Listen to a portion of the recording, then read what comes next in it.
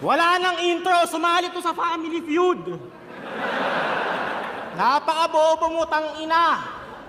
Tinanong ka, ilan kasya sa isang motorsiklo? Ang sagot mo, 5. Kalong sa kaliwa, kalong sa kanan. Tigisa sa likod at harapan. Pinagkasya yung 5 sa motorsiklo, wala bang palakpakan dyan? Hoy, bobo.